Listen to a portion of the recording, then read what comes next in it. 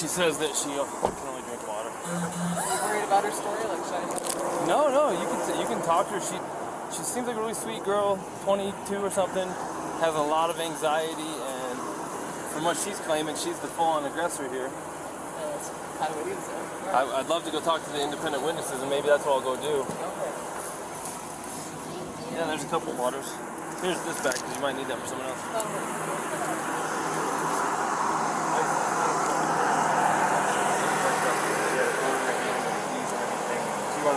I know to keep her rings, phone, and I was holding on to the keys because I didn't want to go anywhere. And my big fear is, I don't have my phone, I don't have a phone, so she goes off without me. But alright, I'm on my own. So I was saying, let's just go for a walk, and she was trying to get the keys for me, so I was just going, just wait back up, and that's when she hit me, and I didn't get, I don't want to push you, I didn't get overtly physical, I was just trying to keep her away and not get hit. And then I got really loud, and I just like cleared this attention where I was going, back up, get away, just get me. Okay, so you said you pushed her to create some distance, obviously, right? What happened after that? What got distracted? Okay, Google.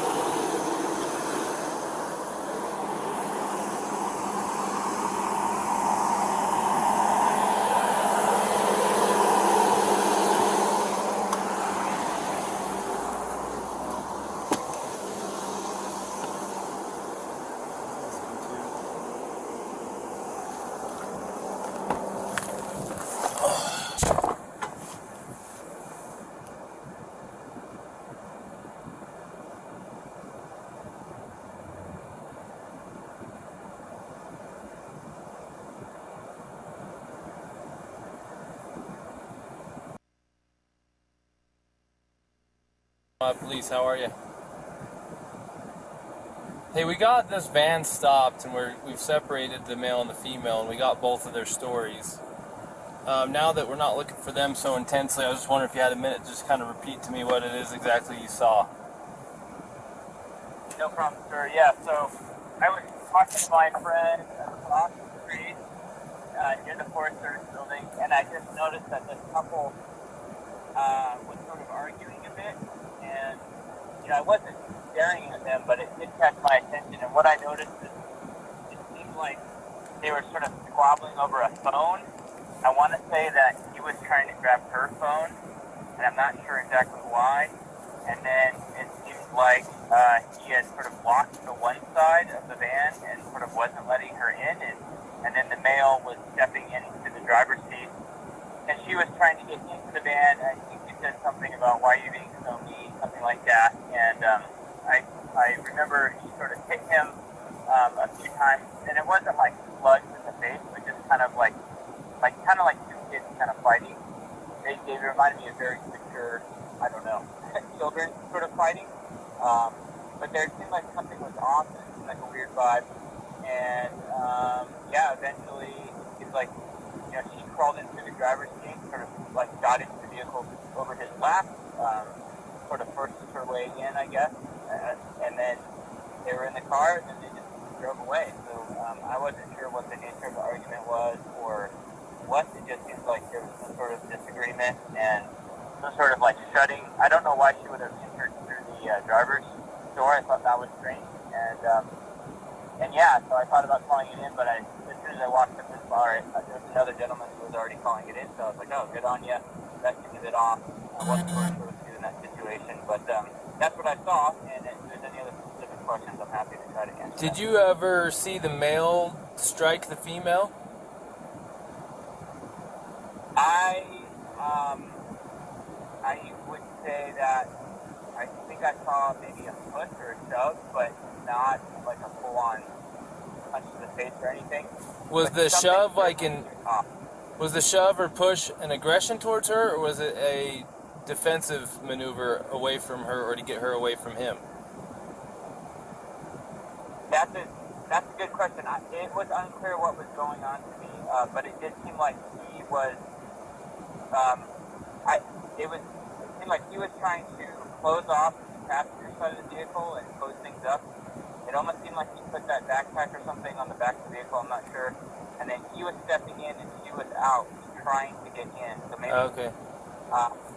I don't. It was the whole thing was off, and so no, I didn't see anything that was like him chasing after her or hitting her or vice versa. It was kind of light, and they were almost kind of laughing, and I wasn't sure if they were just joking around, to be honest. But then it got more strange as he was in the vehicle about to drive off. But you did see her slapping him, though, it sounds like. Yes, it was like, my memory is he was in the driver's seat, and she has the driver's door open, and she was like kind of hitting him either in the arm or maybe on the face, maybe with an open hand, like, hey, let me in, don't be a jerk, something like that. Okay. Well, you know, your story is really, really helpful because you're an independent witness, and we've just interviewed both of them. And what you're saying is making everything make a lot of sense. So I really appreciate that I ran into you and that I was able to get your number and talk to you. So thank you very much. If we need to ask for a written statement, obviously it's voluntary, it's helpful. But at this point, I don't know if we need to go that far unless you're around and super willing at this moment. I can meet you and get a statement. Yeah, no, I live here, totally willing to do that. Oh, nice. Okay. Maybe I'll just go. Yeah, I can go write it down now before memory fades because.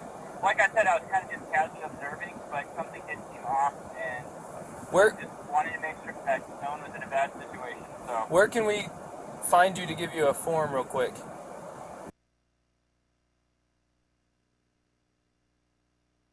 About 10-15 minutes. Okay, cool. All right, Thank you. Appreciate you. All right, bye.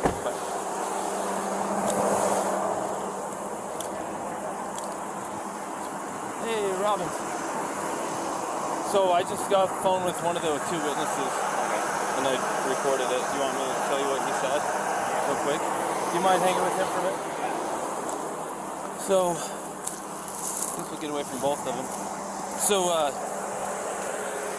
he said that he never saw the male strike the female. He saw the male trying to lock her out of the vehicle. She even told us that he was trying to lock her out, told her to go take a walk, said that she was trying to get in. She eventually couldn't get in and actually clawed her way in through the driver's door. He says, I don't understand why she's doing that. Well, I think it's because it was the only door that wasn't locked that she could get through. She's trying to get in over him. He's trying to disengage from her. I guess he hung her backpack on the back probably so she'd have her shit so that he didn't have to engage with her. Everything she's saying is the same thing. I haven't heard what he said, but if that's what he said, it's also what the witness is saying. The witness says, I never saw him hit her. I saw him shove her, but I couldn't tell if it was an aggression against her or a defense against her as far as her, being the aggressor. So at this point, unless the guy's screaming that he needs to go to jail and did something to this girl, it sounds to me like she is the primary aggressor. Yeah. Now the problem with her being the primary aggressor is in incidents of domestic assault, be it a male or be it a female, we shall arrest. Now, it doesn't necessarily mean they have to go to jail. We can do a citation if it meets one of three criterion, which one of them is that we can ensure that they're not going to further risk each other's safety. But the problem with that is they live in the same vehicle. That's what I was going to say. The other part of it is there was actually been injury too to the victim, which is him. Right, and I'm getting conflicting stories about why they hit the curb up here. What did he say why he hit the curb? Well, I watched, this is what I saw. Saw him cross the double yellow. I was doing 42 miles an hour. I was, probably 2 car lengths behind him, tapping my wheels at him, trying to get his attention. They knew I was behind him. And then after he crossed the double yellow, he merged over into the right lane, and then out of nowhere, just boom, hit the curb. So did he tell you why? He said that she grabbed the wheel and turned it real hard. She said that she was hitting him in the arm. So sounds legit. I mean, I'm sure if I'm driving and my arm's on the wheel and I'm getting hit in the arm, I'm probably pulling out the wheel. Yeah. And I'm sure it was a little of both. I mean, usually the truth is somewhere in between. He's probably trying not to say that he hit her because he probably doesn't want her charged with assault, domestic assault. He probably would rather say she pulled the wheel than hit him. Yeah. You know what I mean? So, unfortunately for her, we cannot treat, just because he's bigger and stronger, and even if he's not willing to press charges, we can't treat this differently than if it was a male on female violence.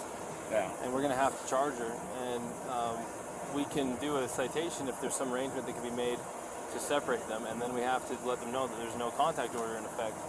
And then we had to let him know the only way to drop it is to go into the police department during business hours and fill out a waiver, which, by the way, what's It's today? too late Thursday? today. So it won't be till tomorrow. And they're only there till noon, I think. Yeah. Which I'm sure he's going to want to drop it. Well, the other part of it is they said they've been on 4 or 5 months that they've been living out of the van together. Well, this is really bad news, so let's talk to him first. Yeah. His name's Brian. Did you ask him yet and take pictures of him? Yeah? No, I haven't. Okay. So Brian, unfortunately in the state of Utah, we don't have discretion on some things. Like, for example, if I pull you over for speeding and I want to give you a warning, I can do that because it's under a Class A. It's a Class B or under.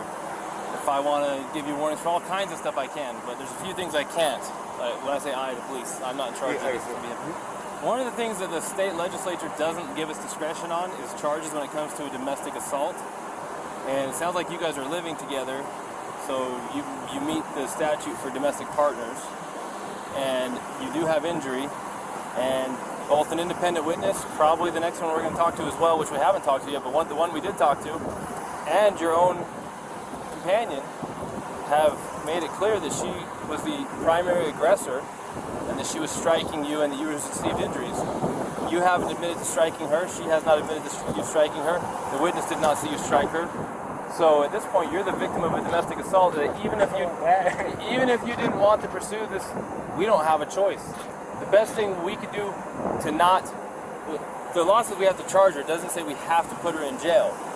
Okay, but it also says we have to separate, do a no contact order, and then we have to put her in jail if we cannot separate.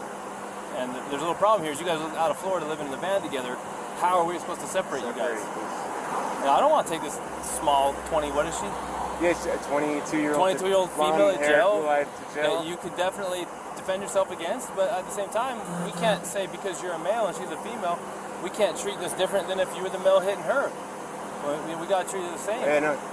So she's kind of in a tough spot. So unless you have an idea about how she can not go to jail and be separated, do you have friends in town? Somewhere she can stay? Tomorrow, if you want to, it's up to you. You can Can I go to jail? You can't because we don't have a charge for you. Now tomorrow, if you wanted to get with her again tomorrow, I'm gonna take your radio.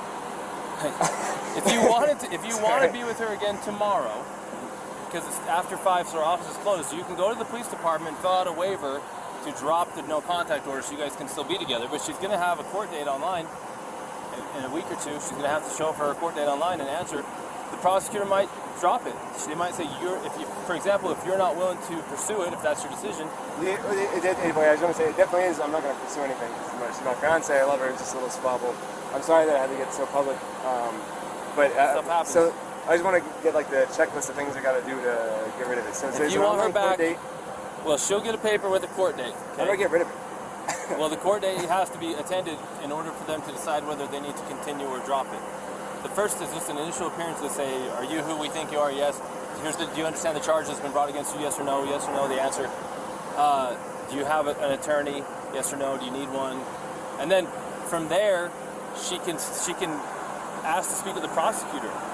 The prosecutor might be contacting you and say, hey man, I know she's 110 pounds soaking wet and you're a big strong guy and we understand you're not even wanting to pursue this, but the cops have to follow the statute. What in the interest of you, of justice for you as a victim, what do you think? And they can decide to still prosecute her, or they can decide to drop it, or they can decide to give her a plea and make it kind of go away if she behaves from now on. But that still does not eliminate the first court appearance that she has to attend, which thankfully for you guys is going to be online, so you don't have. So if you're out of town, here's the thing: if you're out of town and she doesn't come into our court appearance online, they can suspend her driver's license, they can issue a warrant for her. So she needs to play ball and go. Yeah. Does that make sense? Yeah. And we're a team. Me and her are a team. I'm sorry about all this. I apologize again. But so she's got her online court date just to acknowledge that she's hurt, and then she's got the one for the. Well, there's automatically right now there is something called a no contact order in place. Yeah. From this point forward until tomorrow, if you wish to drop it, you have to go into the 217 East Center Street, Moab City Police Department, and you have to ask. We'll give it to you. You want to fill out a waiver that you're requesting a waiving of the contact order, the no contact order. The no contact order means she cannot come into contact with you, she cannot talk to you, she cannot text you, she cannot go onto any premises that you're occupying, she cannot go to your vehicle. And until you drop that, or until court date, if you don't drop it, it stays in effect until midnight on the day of court. And then that gives you time to get a protective order, a long-term one, if you feel like you need one. But it sounds like you don't even want this one. So tomorrow, they open at 8. You can go in the police department. You can fill out the waiver. They can remove it. Then you can say, hey, babe, where you at? Let me pick you up. And you can pick her up. Now, we're hoping not to put her in jail, but if she doesn't have somewhere to go tonight to be separate from you, then where are we supposed to I can't talk to her now because it's separation. Because there's no contact order now. So tell me this: do you guys have enough money for like a hotel room or anything like that? Because what we could do is we'd cite her for this, and then I'd give her a ride over to whatever hotel you guys is choosing. You can pick her up there tomorrow if you want to drop the no contact. On your way to go pick her up, you stop over there at the PD, sign the paperwork that they're requesting, and then you can go pick her up quite literally within minutes. Unless you know someone else in town that's a friend that she can stay with. Yeah. Yeah, no, unfortunately not. I don't, and I guess that... Man, I sure hate to... I don't want her to go to jail. Will it be... If she goes to jail, it's like... that goes down somewhere instead of her going to a hotel, right? If you did a citation, it would be... It kind of depends. So if she goes to jail, they're going to book her. And they'll take her fingerprints, and it's going to go on her criminal history. And then if they don't convict her, then it will just show that it was dismissed. It'll show up in her criminal history, but the charge was dismissed. If she is found guilty, it'll show up as she was guilty of a domestic assault. But the charge itself will show up on her criminal history until she gets it expunged. Now, even if we give her a ticket, we're still going to take a fingerprint, and it's still going to show up. Either way, it's still going to show up. There's no way around a Class A. Or is this Class B? This is Class B. But they do require a fingerprint on it. Yeah. Okay, so... The other part is if you contact her or she contacts you, she can be charged with a Class A. Well... Which is a little bit different, but it doesn't help the city. If you were to contact her and she responds to you, then she could get a new charge for violating the no contact order. The no contact order doesn't restrict you, it restricts her. So if you go talk to her and we find out you're not in trouble, she'll be in trouble. So it's in your interest to... Does that all make sense? No, I'm getting it all. It's a lot, really quick. No, I'm getting it all. I'm just trying to figure out a way through it. Shoot. You don't know anyone in town? You guys been here how long? No, I don't know anyone in town. If she went... She could... I don't think CK will take her where she's the aggressor. No. It is a women's shelter. I'm curious. You could find out and say, hey, she doesn't have where to go. If you did the citation, say she drove off she could drive off in this car. We could give you a ride somewhere. I got my backpack. It sucks for you, but I got my backpack. You can spend a night. You want to drive me to Delicate Art? Does she have a good driver's license? And she does have a driver's license. you trust her with your vehicle? And yeah, she can handle it. Well, then you'd kind of be homeless for the night around town. And man, I can't talk to her at all. Well, and I've got to do the thing, so I can't go camping. We can tell her what it is that she needs to do to get through all this, and then let her know what your plan is. Here's the problem, though. If we take you up to Delicate Arch, you're going to be hoofing it from Delicate Arch all the way down to Moab Center Street, so that you can fill out that paperwork. Because if you're not there by noon tomorrow, you're going to be looking at Monday morning. Because it's early out Fridays over the office, so you won't be there after. You'd be looking at Monday morning before you could actually see her again. And again, we're not trying to make your life hard, but this is written in statute. There's nothing we can do about it. It's designed to protect victims of domestic assault. Not everybody's the same. This is different than normal, but we have to treat everything the same. And that's just how it is. So do you think they can't afford a hotel? No? Very little money we have, for sure. Hotels are expensive here now. You want me to? I'll call CK then. Just see if CK will take her for the night. I'll see if they'll take either one of them. This is a women's shelter. Actually, CK will take him as a victim of domestic assault. CK will take you, and they will help you tomorrow. And you're like a block and a half away from the PD. Let's see if CK will take him, because they actually they didn't take a guy, but they got a hotel for a guy last time. Yeah, I'll do that. CK might get you a hotel. Okay. Now, what she does... I might be sleeping outside in a sleeping bag. No, so I don't need a hotel. I think CK will get you a hotel. If you want her to have the van, we don't care. It's up to you. But there's nothing we can do about the rest. I don't want to open my car. I'm just trying to think. I gotta grab my... I gotta make it a little bag. You sweating to death yet? I think we're good. You good?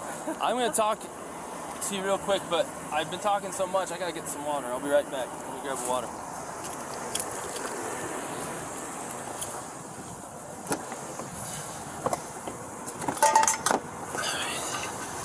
Now this is the water.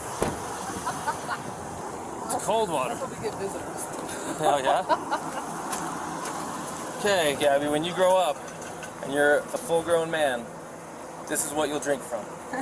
Plus, it's ice cold, and so I'm going to drink from it. Sorry.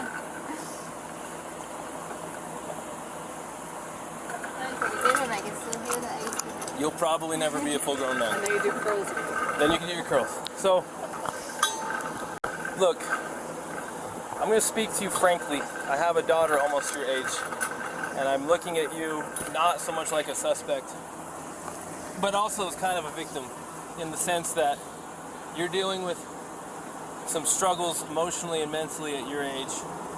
Probably they'll work themselves out as you get older. There's a lot of angst at your age, and I remember being your age too. And hopefully it works itself out. But the stuff you did today that contributed to this, because you both contributed to this, is as a result of your inability to cope with the anxiety and the stress that you're having. So in a way, you're kind of a victim of this.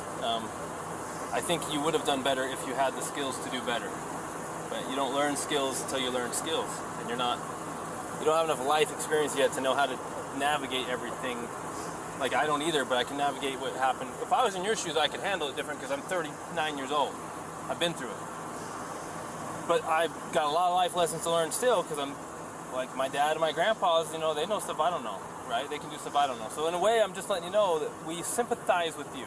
But based on what you've said and based on what our witness has said, and even based on what your fiance has mentioned, trying his very hardest not to have you in any trouble, he does have marks on him that witnesses say were caused by you slapping him. And that even you say you slapped him and were aggressing him first. And I don't have anyone saying that he actually punched you aggressively. It sounds like it was shoving in a manner that was probably more consistent with trying to prevent you from entering the van or to get space from you, not to assail you, if that makes sense. So if the tables were turned and he was beating on you and you were shoving him, of course we're going to look at it like, oh, of course she's defending herself to get away from this guy. Well, we're kind of looking at it the same way with him, and we have to treat both fair, even if he's a bigger male and you're a smaller female. The law doesn't say, hey, Officer Pratt and Officer Robbins, you can treat people different based on gender under the same, so we can't. Even if it makes no sense that because you probably could not physically destroy this man the way that he could if he attacked you, we can't treat you different, okay? So all that long-windedness I'm giving you right now is leading up to the fact that if I pull someone over for speeding, I have the right to give them a warning. I have something called officer discretion. But in the legislature in Utah, they have made a law that if we have a domestic assault, they don't trust the police to make good decisions because too many cops have made bad decisions. So they say, we're not going to give you discretion. We're going to write a law that says if you have a domestic assault, whether it's male on female or female on male, whoever the primary aggressor is has to be charged. No choice. You don't get to give them a warning. It doesn't even matter if they're barely hurt at all and the guy doesn't want to press charges or the girl doesn't want to press charges. We don't have a choice. We literally have no choice. He does not want to press charges. He says you guys are a team. He says you're his fiance. He says he loves you. He says he doesn't want anything to happen. But we're explaining to him that we don't have any choice in this. So we're trying to get a local victims advocacy group called Sea Haven to get him a hotel for the night so that you can have the van, because they won't give you the hotel because you're the one who is the primary aggressor. So they're going to consider him the victim, so they're going to get him a hotel. So he wants you so that you don't have to go to jail, because the only thing we can do is take you to jail. He says, well, so she doesn't have to go to jail, then I will accept Sea Haven's help if they'll give me a hotel, and then she can have the van so she doesn't have to go to jail, she can just have a ticket. When you get the ticket, it's going to give you a phone number to call, and they're going to give you a court date, and that court date will probably be online. I have to come back to Utah? No, it'll be online. Oh. You have a smartphone? Yeah. So you can. I go to court. You're okay. Sorry, I've never heard of this. I didn't know Yeah. this was in When Utah. COVID happened, they switched all the court from in person to online.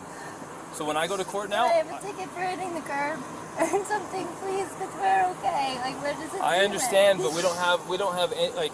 Listen, if I had any discretion in this, I would separate you guys for the day and just give you warnings to stop hitting each other.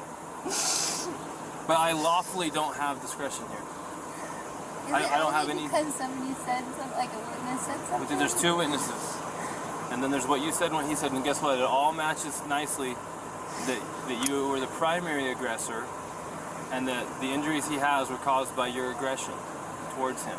Even if he doesn't feel hurt, even if he doesn't want to press charges, there's nothing any cop can do about it. It's written into the law. I know, but I don't. Normally we take people to jail, but he's trying to work it so you can just have the van. Tomorrow, I don't want to be separated. you gonna have anxiety? Yeah, no, we're a team, please. There's no, what is it? No, like, we're a team, please. It's gonna give me so much anxiety. Can we just have like a driving ticket? Okay, the very best thing I can do is call my supervisor and see if I'm missing something here. Because if I'll pay any driving ticket, a parking ticket, anything. Okay, Gabby, If that'd be Gabby, better. try to calm down, and I'm gonna go call a supervisor. But I don't think that there's much I can do, but let me see if the supervisor can tell me something I'm missing to make this not happen. I can't feel over and I couldn't handle that, I'm Okay, sorry. just give me a minute, okay? You don't have to sit out in the hot sun unless you want. Okay, thanks.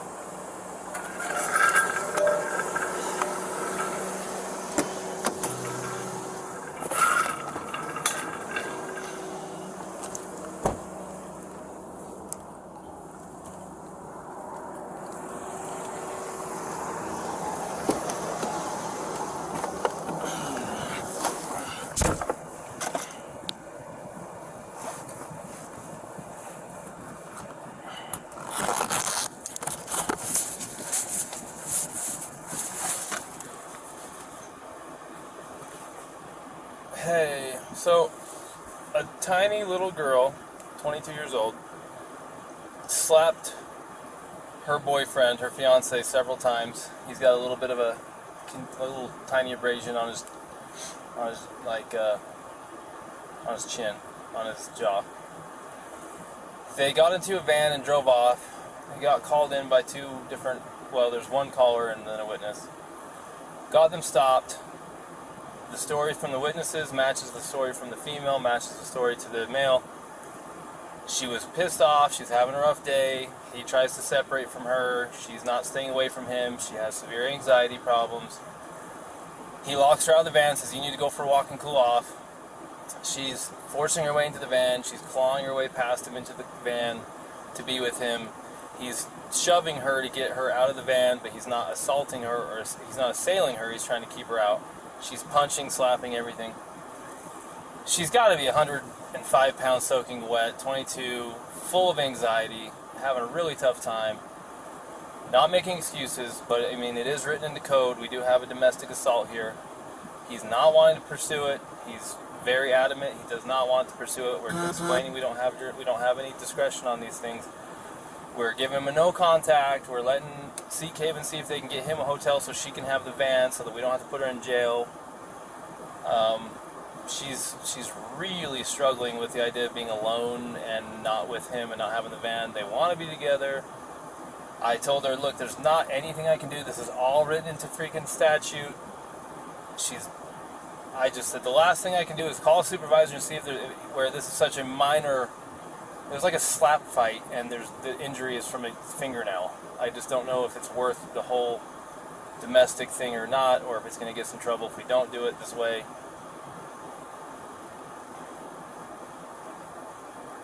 Well, they don't want to, but I told them that unless I get some kind of permission some other way, I'm pretty sure this is just statute and that we have to separate you.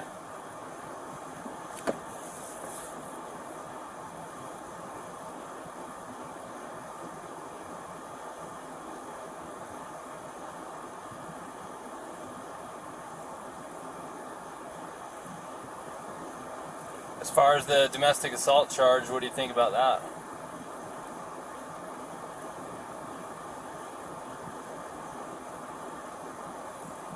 Well, I mean,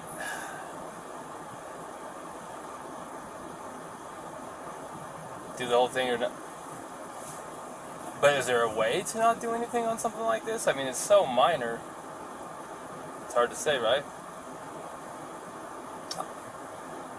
I'm going to go reread the statute and just see if it fits or if there's a way it doesn't fit. And if I can find a way that, because it really is this. The spirit of the law is being lost on this one. It really is. So let me see what I can find, and if nothing else, then we'll have to separate him whether she likes it or not. All right, thanks. All right, bye. Thanks. Bye.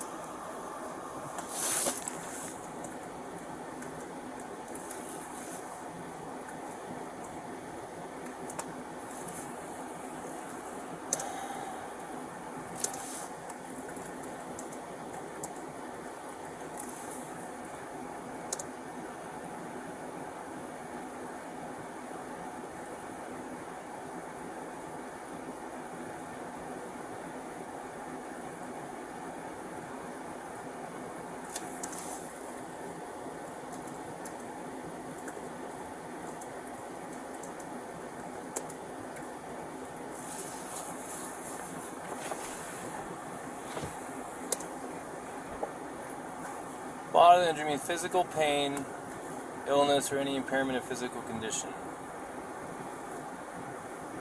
So let's see. He's not ill. He doesn't have an impairment of physical condition. And if he's not in pain, like how far do you want to go with this? Like, you know why the domestic assault code is there. It's there to protect people, especially the reason why they don't give us discretion on these things is because too many times women who are at risk want to go back to their abuser. They just wanted him to stop, and they don't want to have to be separated. They don't want him charged. They don't want him to go to jail, and then they end up getting worse and worse treatment, and then they end up getting killed. Mm-hmm. In no way, shape, or form that I can perceive does what happened here, a little slap fight between fiancés who love each other and want to be together, can I perceive that this is going to digress into the situation where he's going to be a battered man? Right. But then again, I don't have a crystal ball. So I was looking at I talked to the assistant chief to see if there's any way to just go less than than the full force domestic assault route. Right. And he says, look, I mean, you either go all the way or you don't. And it's like, okay, but under what circumstances can I not? And really the only time I cannot is if it doesn't fit. If it fits, then it's in the law, then you have to do it. So I went and I looked at the code for assault, because this is an assault enhanced with domestic assault. Utah Code, assault. Now you and I both know what it is, but think of how valuable it is to look it up and read it word for word, especially when what you're doing is going to get evaluated by a court who cares a lot about words. Words are there for a reason. Assault is an attempt with unlawful force or violence to do bodily injury to another. So did she attempt to do bodily injury to him? She went to smack him. Was it her intention to do him bodily injury? Now, that's what we have to find out, because it says bodily injury is, that by definition, physical pain, illness, or any impairment of physical condition. Well, he's got a swollen right eye. We don't care what the result was, we care about the intent. So we gotta go find intent. If she did not intend to cause him pain or illness, or to cause him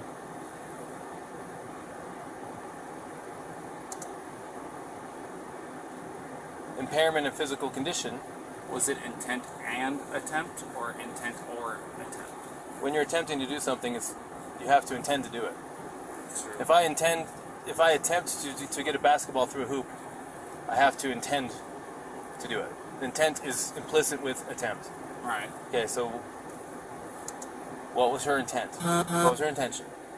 If you go ask her, what was your intention when you were slapping him, and she says, I wanted him to hurt or be ill or impair his physical condition, then there's nothing we can do. Okay. One way to word it might be, hey, when you slapped him, were you intending to cause him physical pain, and let's get rid of illness because that has nothing to do with it, physical pain or impairment of his physical condition? Was that your intention? Is that what you were attempting to do? That's what it says right here, an attempt. Right. Were you attempting to cause him pain or an impairment of physical condition? Whatever she answers to that question will seal her fate. Because the only way you know what she was attempting to do is by asking her. Right.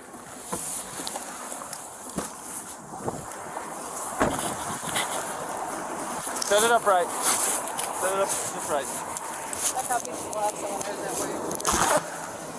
Gabby, this is a very, very important question. How you answer this question is going to determine what happens next. But the only person who can answer this question is you. Okay. Think very hard before you answer the question. Do not quickly answer it. Think very hard. When you slapped him those times, were you attempting to cause him physical pain or physical impairment? Was that what you were attempting to do to him? No. What were you attempting to do? What was the reason behind the slapping and stuff? What was it you were attempting to accomplish by slapping? I was trying to get him to stop telling me to calm down. Well, it doesn't sound to me like she attempted to injure him. It's your call. This is 100% your call. I support you either way.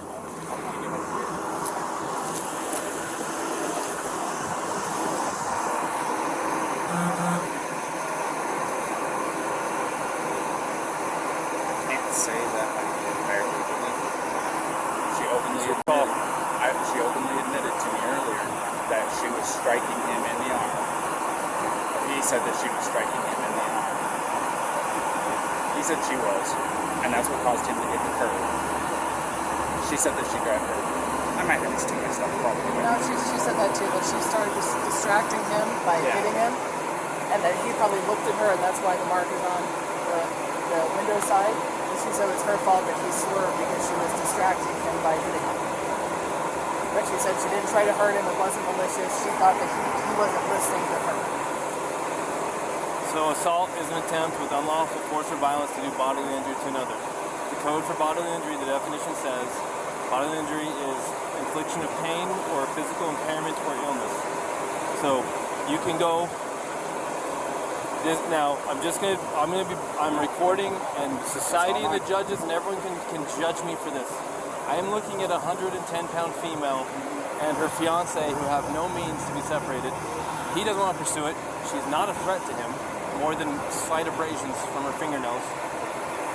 I don't care if we use the actual letter of the law to not charge, but I also don't care because it literally does possibly make perfect sense to go full-on domestic assault and do the whole thing. This is your opportunity to make the decision. Let's do this. I support you either way. Let's do this. Taking your advice, let me do a crime report on this. Won't charge right now. Won't cite her for it right now. We'll send it off to the county attorney. City attorney, because it is a female. Send it off to the city attorney. Let them screen it and make a decision. If you send it to the city attorney and they strongly disagree with your decision and they throw a complete fit, you might hear about it in a very negative way. Right. So I would make a decision yourself. I'd rather be dinged for a decision I made than a decision I didn't make. Especially if they think you were completely negligent in your decision. Why give it to them? The only reason to give it to them is if you're not sure if you have enough for something and you want them to decide if they have enough. So I support you. I'm not joking. If we need to go all the way to jail or whatever we need to do, all the way down to 3 years out. Go ahead.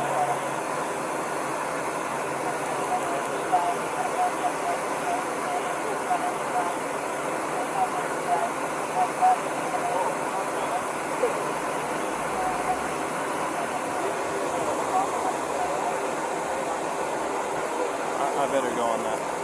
You got this? I'm making this decision. I'm going to cite him. I'm going to go follow through the process. Would you feel more comfortable handling that guy? Yeah. Go handle that guy then. Go handle that guy? Go handle that guy. Okay. If you're more comfortable. Well, it's 6 one way, half dozen the other. It's up to you. I mean, it's a headache whether I go left or it's a headache whether I go right. Another option is to not charge them but separate them for the night. If they find themselves together again, what is it to you? You separated them. You provided for his safety. If he doesn't have enough sense to stay away and you got him separated, it's on him. You can't babysit them all night unless they're in jail, so it's up to them what happens after jail. You can separate them and say, don't let this go off till tomorrow. If they don't let it go off and we hear about it, we'll hear about it. They're camping in the park tonight. We'll let you know. And if there's some fighting going on, you already was Mr. Nice Guy. Yeah. You already gave him a chance. What you can't do by law is separate someone and say, if we hear from you again, we're going to arrest one of you. Because then if one of them really needs help, they may not call police and get help. The law says you cannot, literally, you may not say, if we get more problems with you guys tonight, one of you is going to jail. You can't threaten them like that if it's true, because it will stop someone from wanting to call the police to get help. Does that make sense? Right. So go full or nothing or in between and separate them and kind of give them the nod, the wink, like, hey, just stay separated. It's up to you. I'm going to go handle that. You got very capable help with you here, and I trust you. All right. Call me if you have any problems.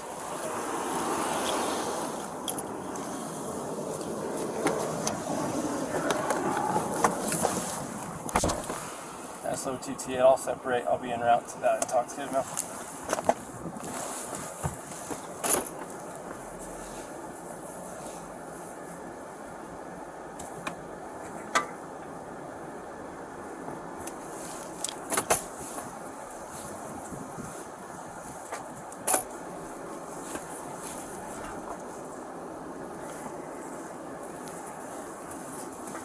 I just want to say thank you guys for helping us. Appreciate you. You too.